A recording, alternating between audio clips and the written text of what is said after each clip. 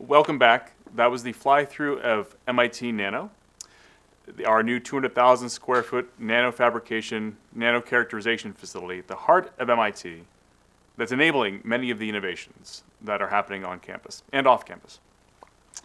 We're in the home stretch. Experiences and lessons learned from COVID is next. I'd like to introduce our panelists. I've invited some representatives from the broad community in the greater Boston area, close to home and a little further from home. Tolga Durek is the managing director of MIT's Environmental Health and Safety Office. Pekka Hosoi is a faculty member of mechanical engineering and also the associate dean of engineering at MIT. And Robert Sege, professor of medicine and director of the Center for Community Engaged Medicine at Tufts. And we'll invite them to have a conversation. We'll ask them first to do a little bit of a self-intro with some prepared slides, and then I will frame the panel discussion with some words harking back to some history. And I will be the slide advancer. So with that, Tolga, Pekka, Bob, welcome, and I'll turn it over to Tolga first for a little bit of self-introduction and framing of his perspectives in the response to COVID at MIT.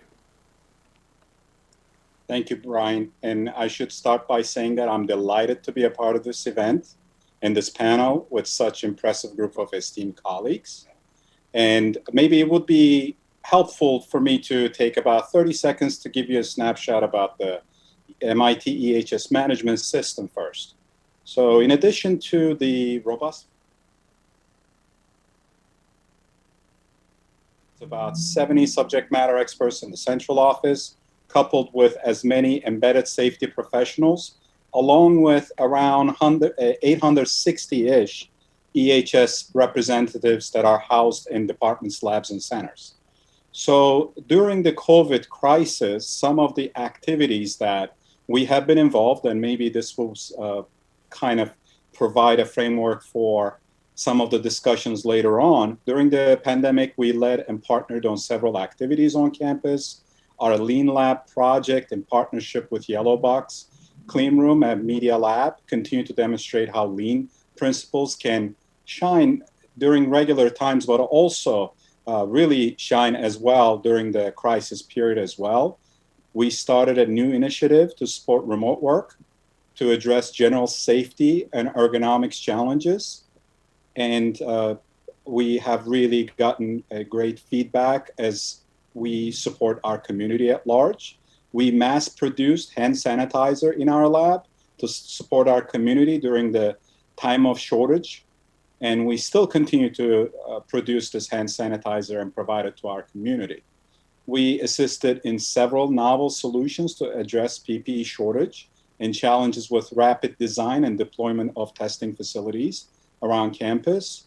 And last but not least, we partnered with MIT's Project Manus to enable safe remote making through wikis, frameworks, and classes. Tolga, thank you very much for that framing and all the great work that you've been doing and that EH&S has been doing. Let me turn it over next to Professor Hosoi. Pekka, please. I have a slide up for you, please. Oh, great! Thanks, Brian. I can't actually see the slide. I don't remember sending one. So, I guess let me just give you a quick overview. So I wear many hats at MIT, but the one I'm going to wear today is as an affiliate of IDSS, which is the Institute for Data Systems and Society. And when the pandemic broke in March, there were a number of us that got together to try to figure out how we could pull our expertise together to help. And IDSS is a group of faculty who have expertise in data analysis, but then also on the society side, expertise in policy and implementing interventions and quantifying what are the impacts of those interventions and policies. So for COVID, we've been looking at how do we blend all of the possible levers we have to control the spread of the virus, which includes things like masks, it includes things like testing, contact tracing, ventilation. How do we integrate those into a system and choose how to implement all of the different pieces in a way that is tailored to individual organizations. So, we've met with state governments, with governments of countries, with different industries. The question I get most frequently is people tell me, okay, Pekko, we know we're supposed to wear masks at this point. We know we're supposed to be doing contact tracing. We also know we're supposed to be doing testing, but we have no idea how much or what kind of testing. So lately we've been doing a lot of work to give people some guidance and provide tools so that organizations and governments can make rational decisions about how much testing they should be doing and what parts of the population. And so that's work that we're doing in collaboration with NIH and their RADx group. RADx is Rapid Acceleration of Diagnostics. And that tool is going to be made available at the end of October, which should be able to provide some guidance for schools, businesses, communities, nursing homes, et cetera. So that's sort of the context that I'm coming from. And I'm excited to be here. Very good. Thank you, Pekko. And Bob, I have your slides up, and please just give me a cue so I'm advancing to the correct slide. I have your first slide. Okay. Again, I can't see it, but I'm going to believe you. So I'm Bob Segi. I'm here from Tufts Medical Center. I'm the Director of Community Engaged Medicine. And what I and my team have been working on are what are childhood experiences? What are children experiencing during COVID? Because we know that children's experiences are both different from the experiences of their adults and also extremely important as childhood experiences, both positive and adverse, affect them throughout their lives. And I'm going to go through really quickly and give you a little background on that. So if you can go to the next slide. This is my MIT connection. This is a picture of me as a graduate student with my advisor, Monty Krieger. I've moved out of the lab. And on the next slide, we can see that one of the things that people have been concerned about since the time of W.E.B. Du Bois is what are the environmental effects on children as they grow up. The larger picture on the right is his hand-drawn sketch of a neighborhood in Philadelphia around the turn of the 20th century. And on the left is a computer-generated map of lead levels in children in Philadelphia. So environmental factors have been important for child development. And then you can see on the next slide that we're now able to use child development assessment and map it back to the neighborhoods where children come from to try to figure out what's going on in the environment that produces children that are ready for kindergarten. This slide taken from New Brunswick is something called the Early Development Inventory, which is done at the time of kindergarten entry and shows children's social, emotional, and academic preparation for kindergarten. The next slide looks at what are adverse childhood experiences. And in the 20th century, it was shown that exposure to child abuse, child neglect, or household dysfunction had long-term consequences on adult health.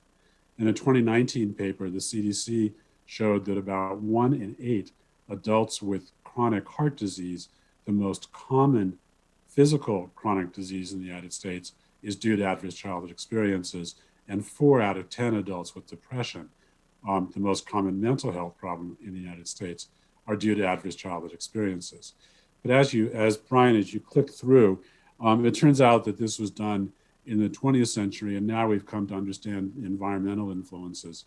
So things like poverty, if you can click on institutional racism, historical trauma, war, migration, and neighborhood effects, all have adverse effects on children. And then the next slide is our group has done research that shows that children's brains respond to other environmental influences to positive childhood experiences. And these positive experiences can break the chain between adverse childhood experiences, what's called toxic stress, or what happens when a child is exposed to chronic and unmitigated stress in a high-threat environment, and help healing when toxic stress does occur and prevent adverse health outcomes. So if we want to go to the final slide, what we've been reflecting on during the time of COVID is really simple. What are the adverse experiences that children are suffering, and what are the positive experiences that they're also appreciating? And I think that we've discovered that from a child's point of view, the epidemic is quite complex, because for some children, they're getting more time with their parents and family, less time pressure on everyone. And up until recently, many families were buffered from the economic dislocation through generous unemployment benefits. So we're very interested on figuring out what is the balance, because the only thing that we know for sure is that what children experience now will last them through their whole lifetimes. Very good, Bob. Thank you. Tolga and Pekka, thank you very much. We can take the conversation any way we want it, and if we can bring the panelists live on screen now along with me. What I will do is let me give a little bit of a history blurb, as we have through the several days. Maybe it's to frame the panel, and then we can take questions from there. So harking back to 1918, the Spanish flu. How did healthcare change after the Spanish flu? In many Western countries, there was actually a turning away from science after the pandemic because people were disillusioned. From the 1920s, for example, in the US, alternative medicine took off in a big way and spread around the world, turning a little bit away from sort of science-based medicine. But at the same time, in countries that had not previously really embraced the scientific method, you see the opposite effect. China became a little bit more scientific after the pandemic. There's a little bit more of a move to better understanding of the disease surveillance, better public health, more organized collection of healthcare data. They saw that to prevent future pandemics, they needed to turn towards science. It gave a big boost to the concept of socialized medicine and healthcare, which no country had really gotten around to organizing yet. The pandemic is what gave the stimulus to do that, because it was a realization that a pandemic was a global crisis, a global health crisis. You had to treat it at the population level. You couldn't treat individuals, and you couldn't blame individuals, and you had to treat it at a population scope, not in isolation with individuals. Therefore, in addition to socialized healthcare systems, it generated the science and study of epidemiology, searching for patterns and causes of effect in healthcare data. The baseline health of populations started to become more visible and transparent. And now we have COVID in the near term and possibly in the long term. So that's sort of a little bit of the history, whether we want to take it as a framing or not. But the challenging question maybe that I'll ask to start is history repeating itself? Or what are we relearning, or what can we learn from looking back to 1918, and how do we not repeat our mistakes? I'm going to just give a resounding yes. So, I'm obviously not an expert on the Spanish flu, but we're all turning into armchair epidemiologists during this pandemic. And one of the things that has been really surprising to me is when you go back and read the literature of the Spanish flu, all of the interventions are the same, right? It's masks, it's social distancing, it's don't get in large gatherings and parades in Philadelphia or whatever that was in the Spanish flu. Those were all things that were well known 100 years ago, and it's the same interventions that we're doing now. And if you look at the sort of the curves, the case curves from 1918 and the case curves now, and you look at when the interventions were applied, they look the same. So I think, yes, history is repeating itself. On a little bit more of a positive note, so Brian, you mentioned that there was this sort of backlash against science after the Spanish flu. Today, I find that the reaction, it depends a lot on which population you're talking to. And the people I find who have taken just a really sensible, practical approach to this are the implementers, right? So there are people who are charged with things like bring the students back to school, reopen the restaurants, reopen the economy. And those are people who I think, at least in my experience, have taken a very clear-eyed view about what needs to happen and how we can actually start to ramp our activity. safely. At least that's been my experience, sort of boots on the ground at MIT and with sort of the governments and the industries that I've been interacting with. I don't know if Tolga and Bob have had different or similar experiences. Pekka, I really appreciate what you said. We are in many ways repeating what happened in 1918. There is, of course, one difference. The influenza virus that afflicted people in 1918 was isolated in 1936. We've been a little faster with COVID-19, fortunately. But I think the other thing that I want to point out is that for all the reasons that you just said, the influenza epidemic in 1918 affected impoverished people living in substandard housing who weren't able to isolate at a much higher rate than wealthier people. And I think that unfortunately we're seeing that same issue of inequities, both in terms of housing and who are the essential workers who don't get to stay home and work from home in isolation. And unfortunately, that part of history has also repeated itself. And it's in my mind, a shame, because we know better than that. And we certainly know how to protect people. Yeah, actually, let me just build on that, Bob, because I think what you said is exactly right. And if you look at sort of economic indicators, so you find out who is most at risk. One of the things that's correlated is number of people in a household and economic status, right? So if you are if you're less wealthy, you're more likely to have more people in the household, which means that you're more likely to spread the virus.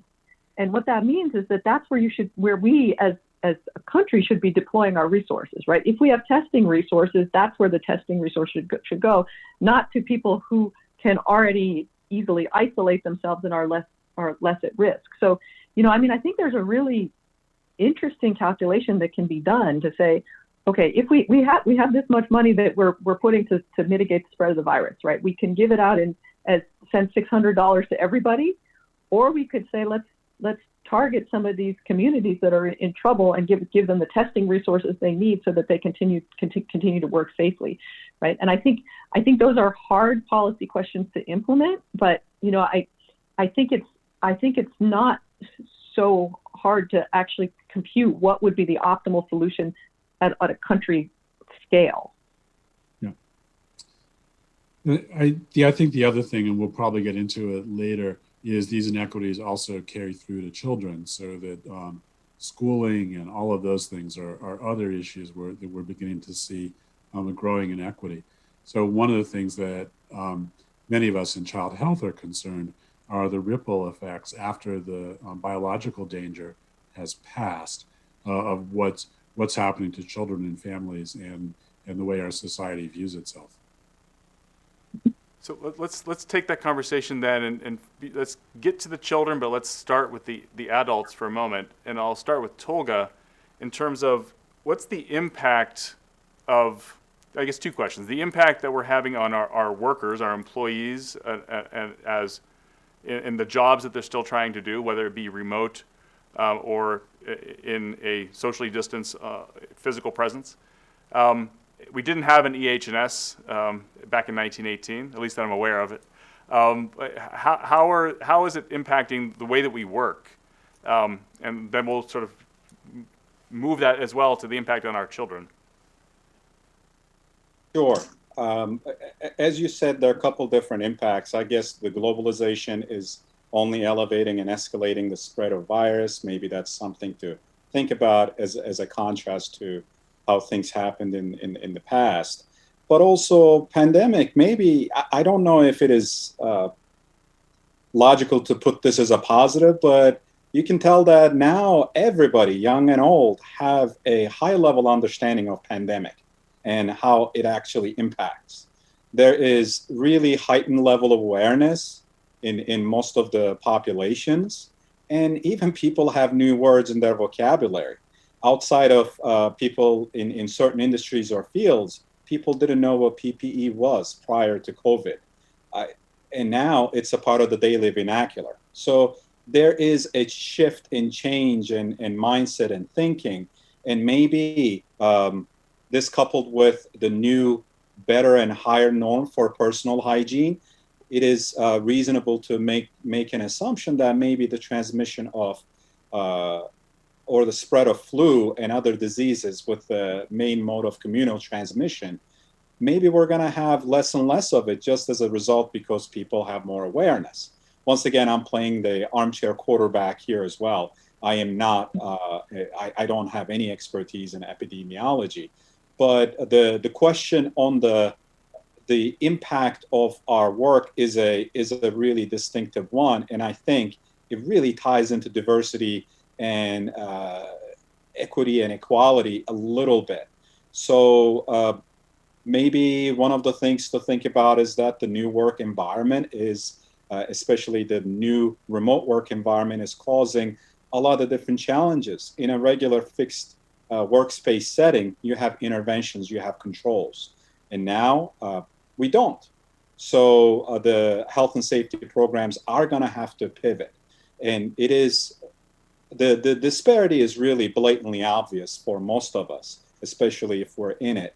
And in addition to having workstations that do not fit to people, the environment and the scheduling is not really conducive to high performance environment, but also sometimes simply not healthy. The Zoom fatigue is real. I think we can all agree. And virtual environments are often more demanding, and people are anticipated to be available around the clock with less breaks. And once again, as one of my former coaches would say, some people are more equal than others. So the impact is simply inconsistent across the board. So what does that mean for common workspace ergonomics programs? What does that mean for injury and illness prevention, musculoskeletal issues? These are stuff that we need to think about. And the same issues apply to the learners. So I guess the thing that I would add is sort of talking about those same issues with the learner, but how do we also instrument the system so that we can understand the impacts? And I'll go to Bob and Pekka now as well. I think you just asked a really hard question, Brian. I think instrumenting the learning system is a question that we've had even in the absence of COVID, right? So, I think we're constantly imagining ways that we can improve the educational experience. And the question we always ask is, but is that thing did that thing do any good? And it's really hard because there are so many variables that it's tough to control which variables you're changing. I'm gonna let Bob answer that because I'm not sure I have a good answer for it. So we don't know how to necessarily instrument the system, whether it be on the learner side.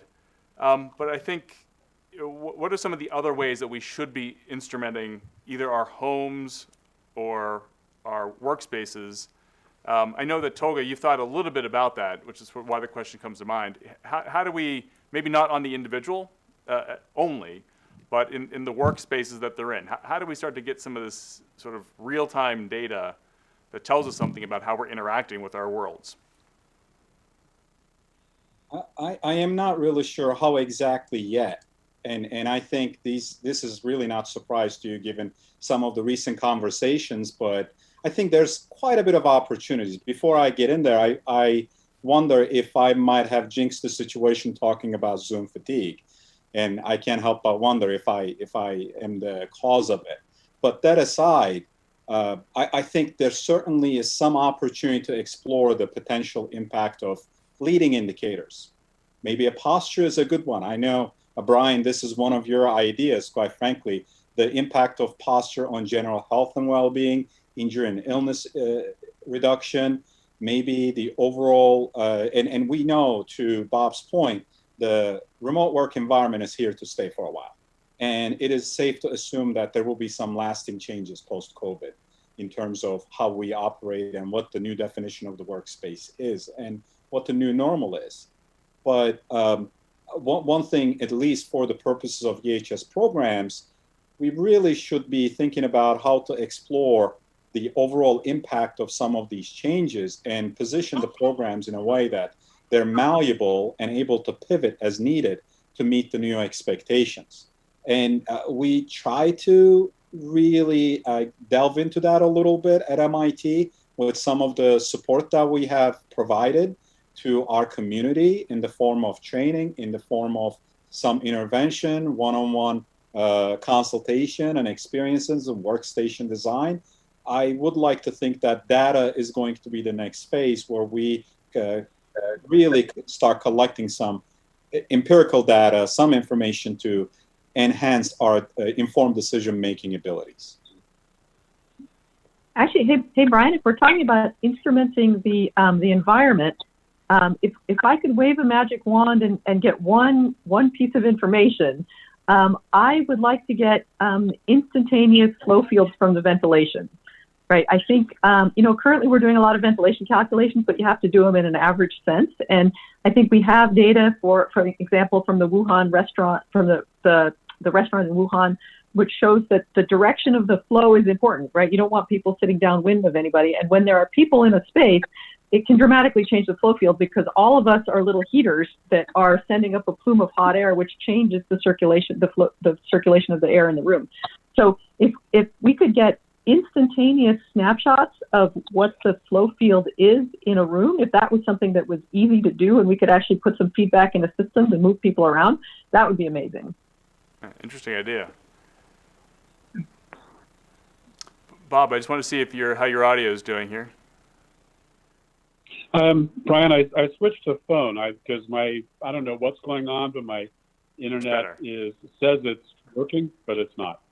I think what I was going to say is the other thing to instrument is we know that brain scientists can look and see what people are attending to. There's all kinds of techniques now to better understand how we pay attention, what matters and what doesn't. And I think we have an opportunity now to really improve virtual learning and virtual work. Zoom is great, but there's room for improvement everywhere. And it would be very interesting to begin to really optimize the environments that we work and learn in.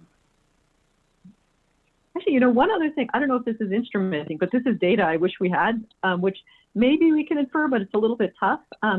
It would be great to actually know the local prevalence of the virus, right? And the challenge with that is that to really do it right, you need to be randomly testing the entire population because there are so many asymptomatic people. So you can probably get some idea from the Iceland data. MIT, I think we're now getting some information there because we are randomly testing the entire population on a very rapid timescale. But in general, across the United States, it's very hard to do because you're primarily testing people who are symptomatic. So your sample is really biased, and it's hard to know how to correct for that bias without having a real random baseline. So I think having really good data around that would be enormously helpful. So natural in the environment, either on surfaces or in air, is what you're thinking there? No, I'm talking about people. The number of cases. Okay. Who has COVID, right? Because right now the case counts are biased by the fact that in most of the country you're primarily testing people who are symptomatic, right? And we don't know right now what fraction of the population are symptomatic or asymptomatic or how that breaks down by age group. Right, so we can't do the correction to figure out how prevalent is the underlying disease. It's interesting. The best way we have to look at that now is looking at wastewater. Wastewater's great. Yeah, wastewater's fantastic. Yeah, actually, I just got excited about wastewater, but Bob, go talk about wastewater. No, because the virus is shed in feces, so you can tell when you measure wastewater what the population prevalence of the virus is, and some universities have done that to look at dorms and that sort of thing. But I think that's an underutilized technique we have. We're very cheaply and very quickly assessing viral load in different areas because we have wastewater systems that are obviously geographically bound. Yeah, I totally agree, and I think there's lots of opportunities to implement that on different scales, right? So right now it's being tested at Deer Island at Massachusetts, which is a larger scale, but you can also do it at the scale of a building, which is there's some pilots being done at MIT right now. So I think like Bob said, that's a really exciting and underutilized technology. The other thing I like about it is it doesn't require anyone to volunteer to be tested or any of the the things that are involved and people don't feel invaded. It's literally a waste product tested. Yeah. Yeah. So we need some very smart toilets and very smart Exactly. plumbing systems. Exactly. Yep. Bob, let me take it back for a moment to, I know you've been thinking deeply about sort of the impact on the young learners. I have 3 young children, and I see the struggles that they're going through just trying to do remote learning. And some days it's smooth sailing, and other days it's just screaming and crying. But how do we, I guess, appropriately instrument or protect, and what are the long-term impacts that we need to be most cognizant of, that we can try to put in some remediation now, even when we're sort of constrained to being remote in our learning? Well, I think that one of the things is that we always think about learning as being primarily academic, and that's difficult enough remotely. And certainly some children have an easier time with that than others. So, and some of us have easier time with it on some days than others. But the other part of what we learn is more social emotional development. And that happens through being with other kids and peer development and all those small and large conflicts that we have with each other, where we learn to develop what the psychologists call the theory of mind, which is simply the idea that other people have brains and personalities and wants and wishes just like we do. And that's a developing realization in young children. So I think that whatever we can do to allow children to play together, to have some fun, to get physical space, keeping in mind that the virus is way less dangerous for young children than for old people who are like 11 and up. So I think it's really important. And then as far as the remote learning, at the very basic level, making sure that everyone has internet access and a device to connect to it, and a place that's quiet and they can focus is really important. Beyond that, I think we're going to need to learn what can be done most effectively online. What really do you need to bring kids in periodically to have a teacher look over their shoulder and figure things out. So I think that we have a long way to go. One of the measurement issues that we're really struggling with in child health is we know children don't get sick very often from COVID. We suspect that they're not very efficient at transmitting the virus. And there's a lot of data about that. So if we knew better, we could do a lot better at making more informed decisions about in-person learning when that needs to happen, because it does seem to be more effective. Hey, Brian, can I follow up on something that Bob said, which really resonates with me, which is this is an opportunity for us to take a long, hard look at what can we do online and what can we really not do online. And I think that's true not just for the younger generation, but we're obviously struggling with that at MIT as well, to understand where is the real value add in the personal interaction. And I think that education is an area that it's fairly stable. So there's not a lot of large, sort of momentous changes. And this is an opportunity for us to really look hard at what we do and decide if we're doing things in an optimal way or if we need to do things differently. I think Woody Flowers has some really nice TED Talks about this and what he terms training versus education. And the education is sort of what he views as almost an apprenticeship. So where do you really need to have that interpersonal interaction and have the interaction with an expert and a novice?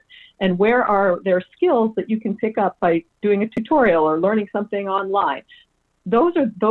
That sort of training piece is a piece that you can commoditize and that you can scale, and you can send that sort of all over it, as far as we want to go with the technology we have. The education piece, which requires that interpersonal interaction, is much harder. And I think we have to think about, where is our value add there, and how do we divide that up?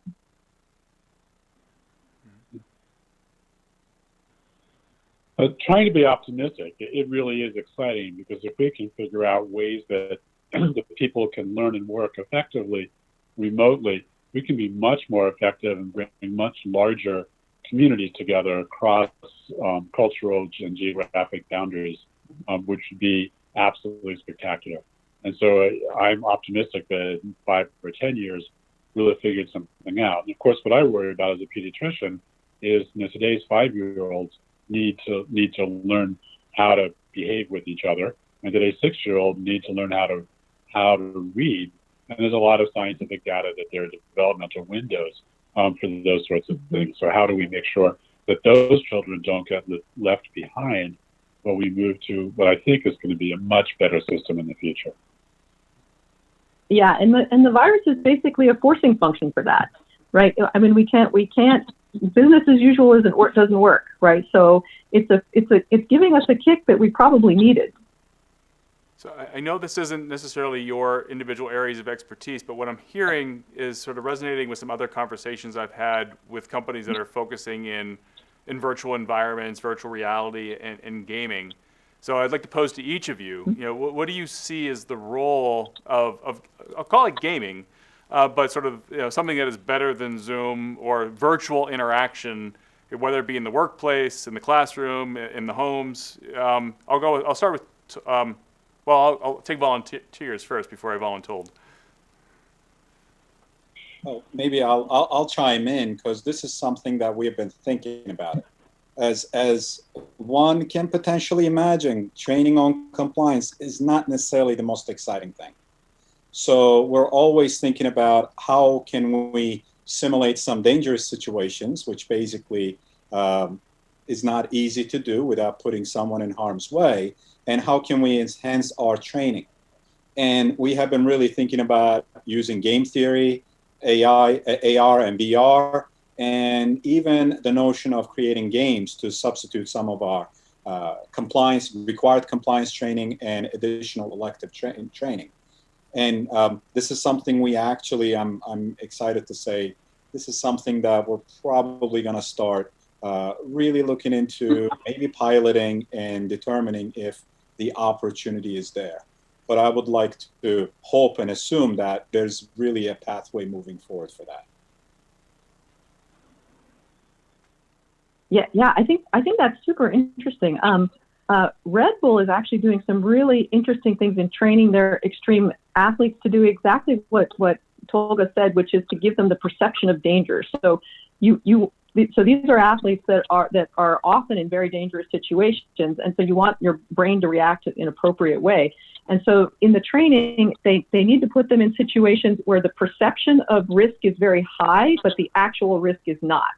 Right, so they have some interesting ways to do that, to sort of trigger a fear reaction, but still keep the actual danger level low. So I think that's super interesting. The other thing, Brian, is I totally agree that in education we need to be talking to game designers. I think game designers they have a really good understanding of how to keep us engaged, right? I grew up when everybody was playing Civilization in college. Probably nobody here remembers Civilization, but the conversations would be something like this. You would come in and say in the afternoon and say, hey, do you want to work on this piece set? And your friend would say, yeah, just give me an hour or two. I'm about to get railroad. And then you would see them 2 days later, and you would say, what happened? And they're like, has an hour passed?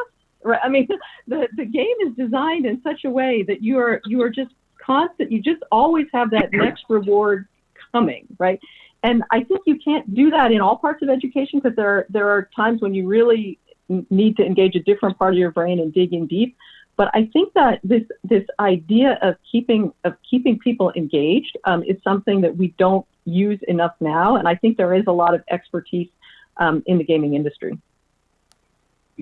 I just want to build on that. I think that in education, there's going to be a big future for virtual reality and augmented reality, because we'll be able to interact with each other and with the environment in ways that you can't really do now.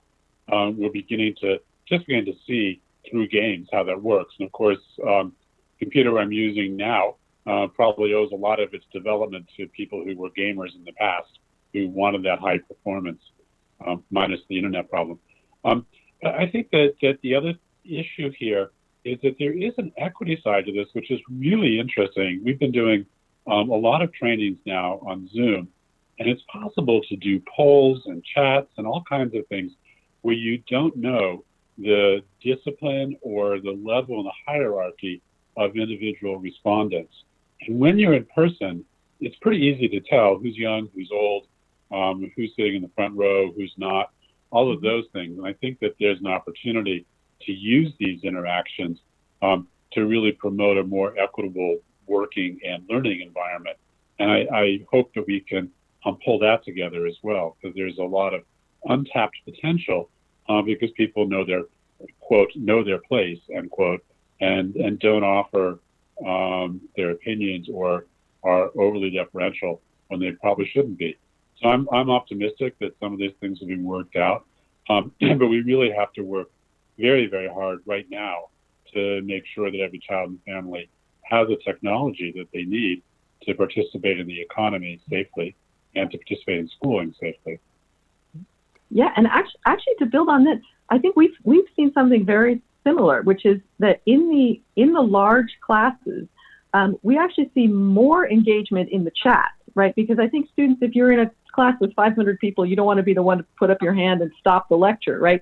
Whereas in the chat, you can do it without disrupting what else is going on, and so people feel more comfortable doing that. So yeah, I think one of the requests we've had is, when we go back to doing sort of normal things normally, can we keep the chat? Like, is there some kind of a version of a live chat that we could have in an in-person class? So I think we are accidentally finding some of the features which are actually better than what we've done in the past. That's going to bring me to, we're getting close to the time here. Let me do another round robin question. What do you see, what have you learned or what have you observed that's been most surprising? And that can be a good surprise or a bad surprise as you've been in your roles, doing your work, addressing these issues. What's been the most, oh, oops, or oh, wow?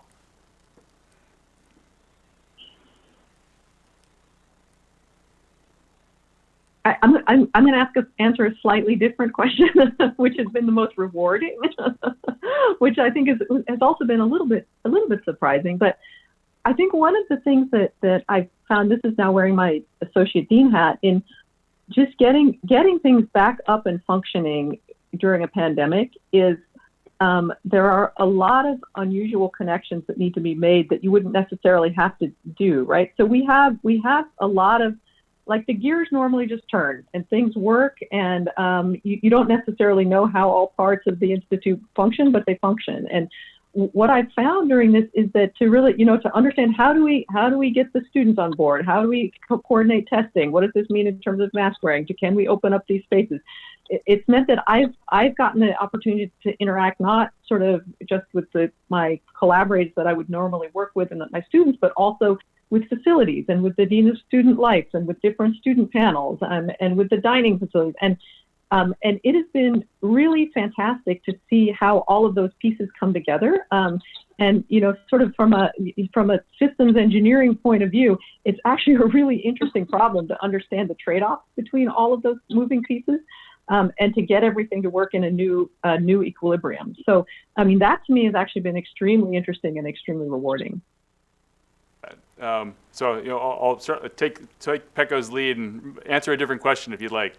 But, Well, I would say it was somewhat surprising, but maybe more reassuring to see how everyone, other peer institutions, had almost identical challenges in pretty much all aspects during this pandemic, despite their size, their resources, how prepared for emergencies they appeared to be prior to the pandemic.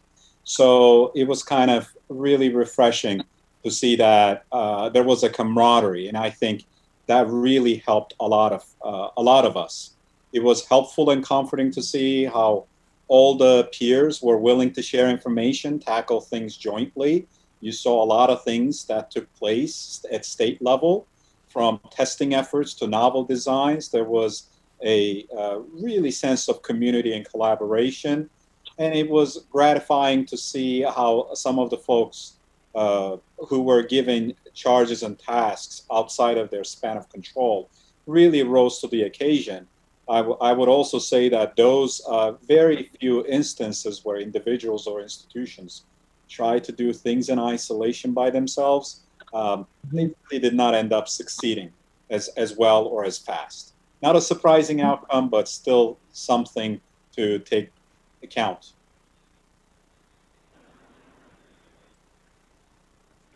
So I think that I had two kinds of surprises. One I've mentioned before, the issues of the inequities in society have become so much more apparent and literally a matter of life and death, and certainly a problem for child development. On the other hand, my team and I have been virtually around the country and done workshops and all kinds of things with people in various different parts of the country. And I've been overwhelmingly surprised at how adaptable people and families are, what they're doing for their own children, what they're doing for children in the community. In one rural school district, they're delivering food by school bus when the schools were shut down because families and kids needed food. Other areas, they've managed to figure out how to keep the kids engaged. And many families are actually finding that the hours they're not spending commuting are family time. And I'm just hearing all these like really cool stories. I think that I had completely underestimated how adaptable people are to literally changing our life in like a week. Everything shut down so fast. I think we're going to get through, and that adaptability is going to be really important. And I hope that we're using this opportunity to really take a hard look at society and deal with some of the inequities, because we don't like it from a value point of view, and we're a rich country. We don't have to have it. So I'm really optimistic that those two realizations will come together.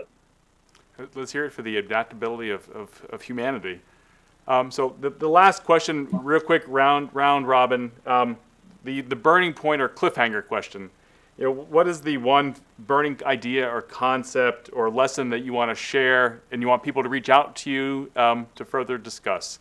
We can go in reverse order here, so maybe we'll start with Bob.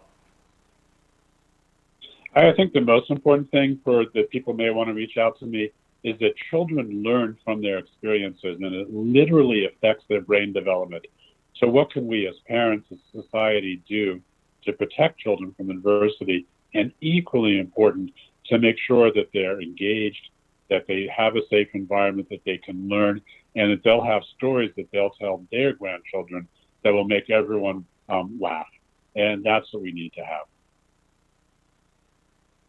Yeah, so for me, I think what people can reach out to me on is the work we've been doing about how to layer the different types of interventions in a way that is tailored to your organization or your community, right? So so right now we've got a slew of recommendations coming at us about masks and testing and ventilation. So how do I layer all of those things in a way that makes the most sense for the culture and the community that I'm embedded in? Anything from the level of, you know, small organizations all the way up to the size of countries. I would maybe look at it from a much more specific lens as far as EHS programs. And maybe the notion would be beyond compliance. To me, EHS programs are unique in the sense that it is a proverbial bridge between academy and administration and higher ed, research and operations and private sector. The high functioning EHS programs are deeply integrated with research, teaching, and they promote a safety ecosystem rather than a traditional compliance-centric approach.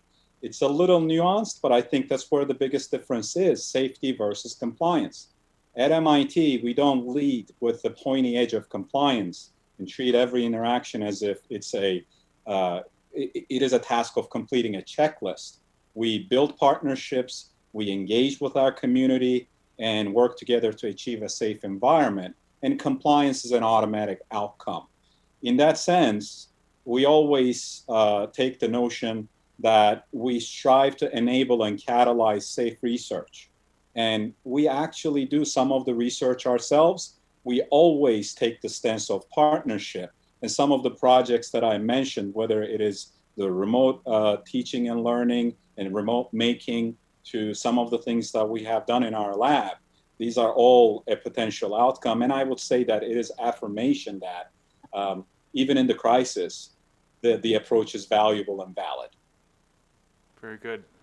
Thank you very much for your time and for the work that you're doing and for your sharing your wisdom. So Tolga, Pekko, and Bob, thank you very much. And that concludes our panel for today.